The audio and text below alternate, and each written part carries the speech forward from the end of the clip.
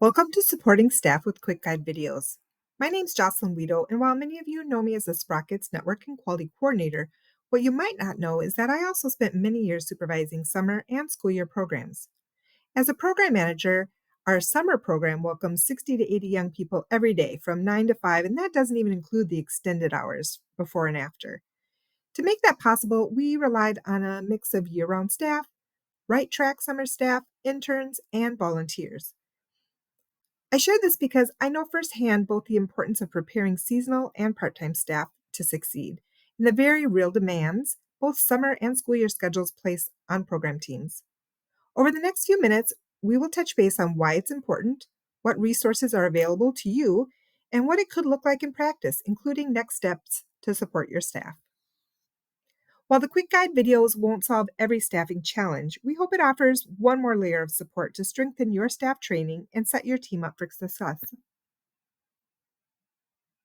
Why might you want to use quick guide videos? There are many reasons, and they won't all apply to every situation, but a few of these may resonate with you and your team. The training week is never long enough.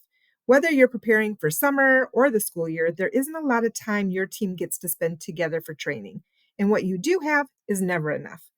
These videos give you an extra tool to use during the little time you have or to revisit skills throughout the year.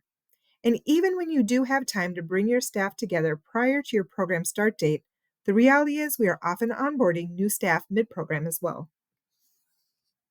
This isn't to say that there aren't a lot of great trainings you can send staff to throughout the year, either through Sprockets or other great training offerings. But one barrier we know youth workers have is time. Your staff may be balancing school schedules or other jobs where they don't have the flexibility to attend a training at a specific time or day. These videos can be watched when it fits, during prep time, before shifts, or on your own designated professional development days. The videos can also be used as conversation starters. Using a short video clip as a prompt is a great way to spark dialogue with your team. It makes it easier to dive into the topics and then talk about what it means for your team at your site. And that isn't just for newer staff. Learning and revisiting topics reinforce skill development for everyone. Staff don't master new skills just by hearing about them once. Even veteran staff benefit from reflection on topics and how it relates to their work now, especially when paired with team discussions that help grow their confidence and competence. So what are quick guide videos? They're about 10 to 20-minute videos with downloadable handouts that typically include some reflection questions to help youth workers connect the content to their work. The videos cover a variety of youth work topics, and more are added over time. They are free to access for youth workers. You can find them on the Sprockets website and the Sprockets YouTube channel. And the videos are for youth workers by youth workers. While much of the content has been created by Sprocket staff, network partners have also contributed their voices and expertise to the training. All videos are created by individuals who are or have been direct service youth workers. Here's what they're not. The quick guide videos aren't meant to be an in-depth study. Instead, they're designed to be short, practical, and easy to use. These videos aren't meant to be perfect or highly produced. Instead, the goal is to make them practical, authentic, and easy for staff to connect with. The emphasis on sharing real voices and useful strategies that you can adapt to fit your program. And they're not meant to be standalone as the only support for staff growth. They're meant to be a complement to other professional learning, whether that's within your organization or through outside opportunities. Think of them as helpful boost alongside your training and development. Now that you know what it is and isn't, let me tell you how to find it. Visit the Sprockets training page. In addition to our list of in-person trainings, if you scroll down, you will find this section with the quick guide videos. They're sorted into a couple of different categories to help you narrow their search. When you click on the category, here we're looking at behavior supports, the section will open to show you what topics are available, including a brief description. You'll also find the links to both the videos and the handouts. The videos are also on the playlist on our YouTube channel.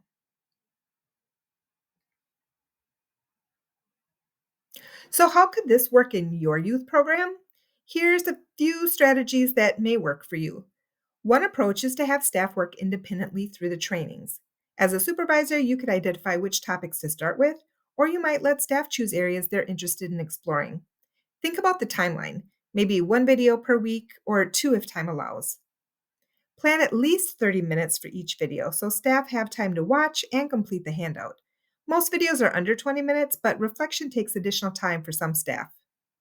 And most importantly, schedule a time for reflection with somebody else, either another staff member, a supervisor, or a team. Encourage discussion around what made sense, how your program context affects the topic, and where there's already strong practice or a room to grow. These conversations help staff make the content meaningful and directly relevant to their work. Another approach is to use these videos in team meetings or as part of an internal training. Introduce the topic and watch the video together.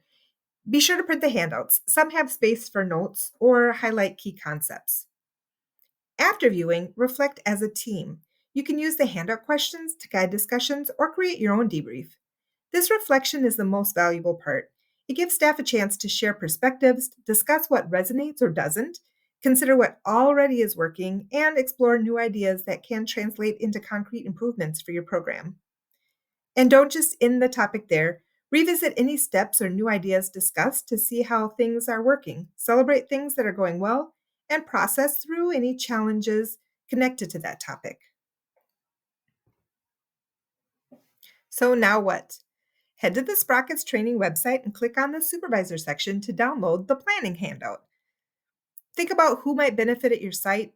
Do you have new staff coming on, or would your team benefit from learning together? This could also be an opportunity for a veteran staff to take the lead on presenting and facilitating the team debrief. Next, identify topics. Maybe new staff need the basics, or perhaps your team has mentioned an area where they want some more support. Check the Sprockets training site to see what's available.